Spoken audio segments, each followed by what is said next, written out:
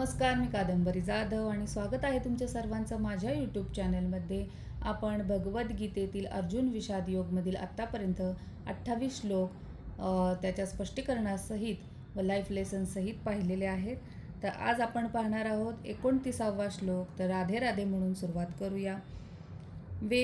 वेपतुः च शरीरे मे रोमहर्षः च जायते गांडीवं स्त्रंसते हस्तात त्वक् च एव परिधय्यते.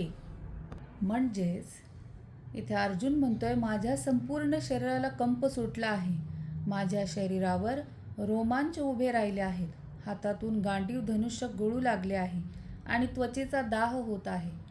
अर्जुनाचे हात थरथर कापत होते, अंगावर रोमांच उभे राहून त्वचेचा दाह होत होता.